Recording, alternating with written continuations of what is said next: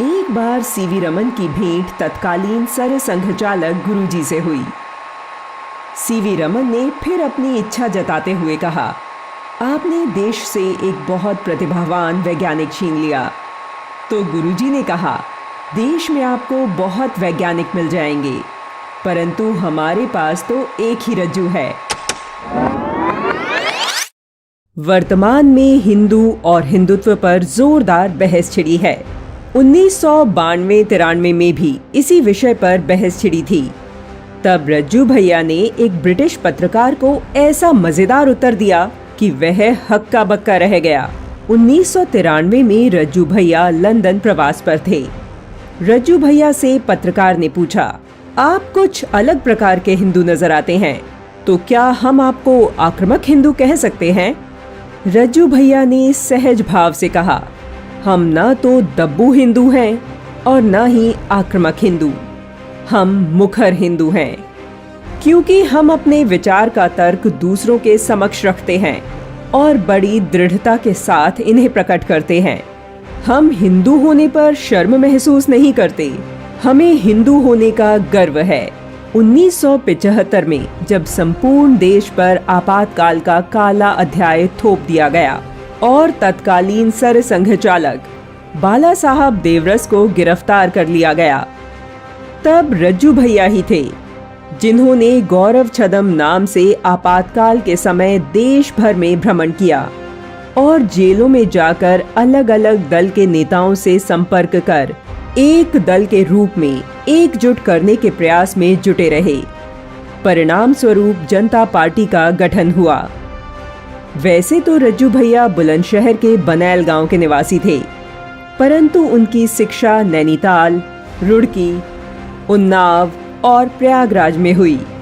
प्रयागराज में उनका संघ से परिचय हुआ।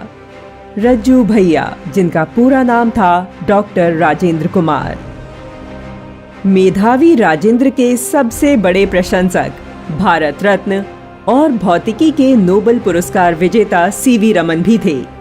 सीवी रमन जब प्रैक्टिकल परीक्षा लेने प्रयागराज विश्वविद्यालय आए तो उनकी प्रतिभा के प्रशंसक हो गए।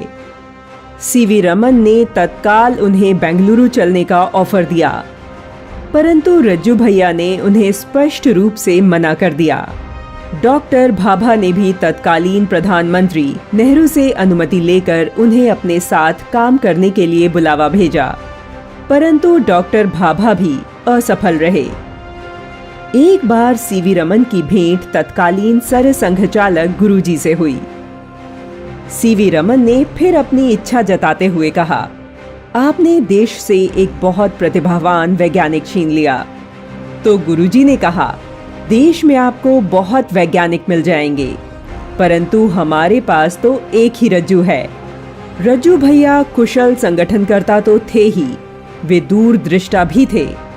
यही कारण है कि वे कहते थे, देश के स्वाभिमान, पुरुषार्थ को जगाना आवश्यक है। उनके इसी विचार में आत्मनिर्भर भारत का सपना पल रहा था।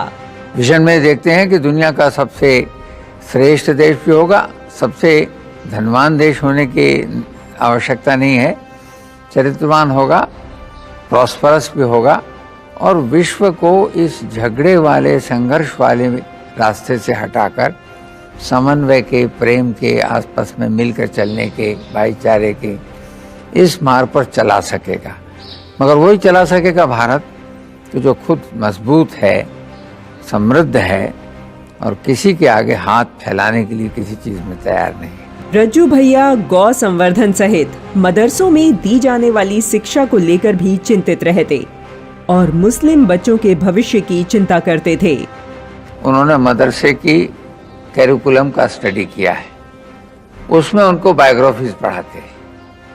तो बायोग्राफीज में आपको सुनकर आश्चर्य होगा, 100 बायोग्राफीज 5 साल में मदरसे में पढ़ाते हैं। उसमें केवल 4 बायोग्राफीज हिंदुस्तान की है और उनमें किसकी है? मौलाना आज़ाद, जाकिर हुसैन, महात्मा गांधी, जवाहरलाल, और बाकी हारून रशीद, सुलेमान, उमर, हजरत अली, सब किन देशों से उनको बेचारों को कुछ मतलब ही नहीं है। और उनको विवेकानंद नहीं मालूम, उनको रामकृष्ण नहीं मालूम, उनको बंकिम चंद्र नहीं मालूम। आज उनकी इसी चिंता को दूर करने का प्रयास वर्तमान सरकार कर रही है। मदरसों को आधुनिक शिक्षा पद्धति से जोड़ने का प्रयास निरंतर हो रहा है।